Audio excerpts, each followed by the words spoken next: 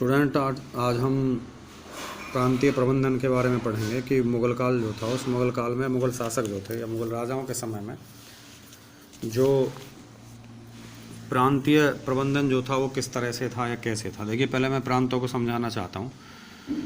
मुग़ल जो साम्राज्य में शासन करने वाले राजा जो थे, जब मुग़ल साम्राज्य बहुत बड़ा हो गया तो उस समय साम्राज्य की स्थिति पर नियंत्रण करना बहुत कठोर कार्य था।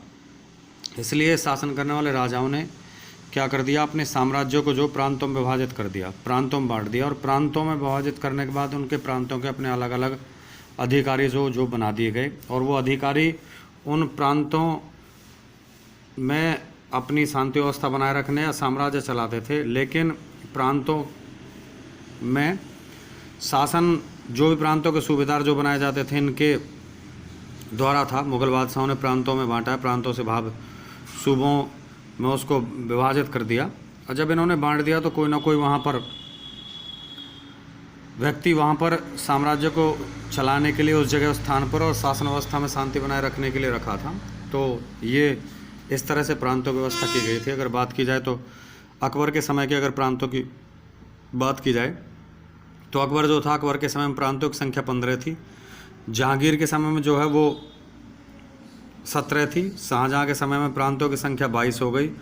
और औरंगजेब के समय में प्रांतों की संख्या जो 21 रह गई। और इन प्रांतों का प्रशासन वास्तव में केंद्र प्रशासन जैसा ही होता था। इनमें होता क्या था ये देखिए। सबसे पहला प्रांत में आपका सूबेदार। मुग़ल काल में सूबेदार को जो सलाहकार कहा जाता। इसमें जो ये सिपह सालार जो था, इसमें क्या होता था, ये प्रांतों का प्रबंधन जो था वो टोटल इस व्यक्ति के, इस प्रांतों के सूबेदार के अधीन चलता था। और उसका मुख्य जो कार्य जो प्रांतों में शांति व्यवस्था बनाए रखना, कि प्रांतों में होने वाले लड़ाई झगड़े जो थे इनको ख़त्म करना और शांति बनाए रखना इनका कार्य था। और कानून व्यवस्था को लागू करना था कि यहाँ इन प्रांतों में जो भी ये प्रांतों का सूबेदार जो था, ये यहाँ पर कानून व्यवस्था लागू करता था। और यहाँ पर लोगों के कल्याण और समृद्धि के लिए इन प्रांतों में सड़कों, कुओं, बागों, अस्पतालों आदि का निर्माण जो है वो इस प्रांत के सूबेदार के द्वारा ही कराया जाता था। लेकिन उसके साथ साथ वह कृषि के विकास के लिए भी विशेष जो ध्यान देता था, कृषि का विकास भी कराता था। और वह अपने अधीन सेना में अनुशासन भी जो है वो कायम रखता था, मीन्स बनाए रखता था। और लगान इकट्ठा भी वो जो है वो यहीं से करता था। दूसरा, दीवान। इन प्रांतों में सूबेदार के बाद दूसरा जो स्थान जो आता था वो दीवान का आता था। दीवान प्रांतों का मुख्य दूसरा अधिकारी होता था। और दीवान जो है वे प्रांतों के वित्त विभाग का मुखिया होता था। वह प्रांतों की वित्त विभाग का अगर मुखिया है तो प्रांतों के आय और व्यय कि प्रांतों में कहाँ से कितनी आमदनी हो रही है, और व्यय मीन्स होता है खर्च, कि प्रांतों में कितना कहाँ पर खर्च हो रहा होता है, वो सबको देखता था। उसके बाद तीसरा, बख्शी। बख्शी जो है वो प्रांतीय सेना की भर्ती करता था। जो प्रांतों में जो सेना जो होती थी, उन सेना की भर्ती करने का कार्य जो है वो इसके द्वारा किया जाता था। वह सैनिकों के नाम, पद और वेतन संबंधी रिकॉर्ड भी रखता था कि क्या सैनिक का नाम है, क्या उसका पद है और कितना सैनिक का वेतन है। ये सारा रिकॉर्ड जो वो बख्शी के द्वारा तैयार किया जाता था। सद्र। देखिए, सद्र जो है वो प्रांतों में पीर फकीर इनकी सूची तैयार करता था। और पीर और फकीर से भाव हो गया, जैसे आजकल हम कह देते साधु महात्मा, कि राज्य में रहने वाले जितने पीर फकीर जो थे इनकी सूचियां तैयार करता था। और सम्राट जो होता था राजा, उस राजा को इन व्यक्तियों को दान देने की भी सिफारिश जो है वो इसके द्वारा की जाती थी। उसके बाद वाकिया नवीस।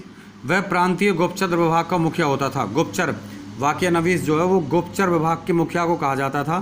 कि गुप्तचर विभाग की सूबेदारों ने प्रांतों में व्यवस्था कर रखी थी। शासन करने वाले राजाओं के द्वारा भी व्यवस्था जो की जाती थी, वह गुप्तचर विभाग का कार्य होता था कि प्रांतों में किसी प्रकार की कोई भी घटित घटनाएं, प्रांतों में घटित सभी प्रकार की घटनाओं का रिकॉर्ड रखता था।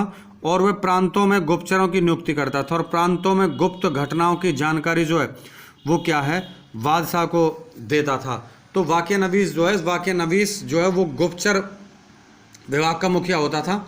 शासन करने वाले राजा के द्वारा जो है वो इन प्रांतों में इसको रखा जाता था और वो भी शासन करने वाले राजा और यही जानता था। इसका किसी और दूसरे व्यक्ति को पता नहीं चलता था कि ये कौन है, क्योंकि ये घटित होने वाली घटनाओं के, अगर ऐसे घटित होने वाली घटनाओं की जानकारी राजा को नहीं मिलेगी तो उसे क्या पता चलेगा कि जो उसने अपने साम्राज्य को प्रांतों में विभाजित किया है वह प्रांतों की क्या क्या व्यवस्था वहाँ पर चल रही है। क्योंकि प्रांतों के जो सूबेदार जो बन रहे थे उन प्रांतों के सूबेदारों के द्वारा ये बातें राजा तक नहीं पहुँचाई जाती थी। उसके बाद कोतवाल जो पुलिस अधिकारी होता था।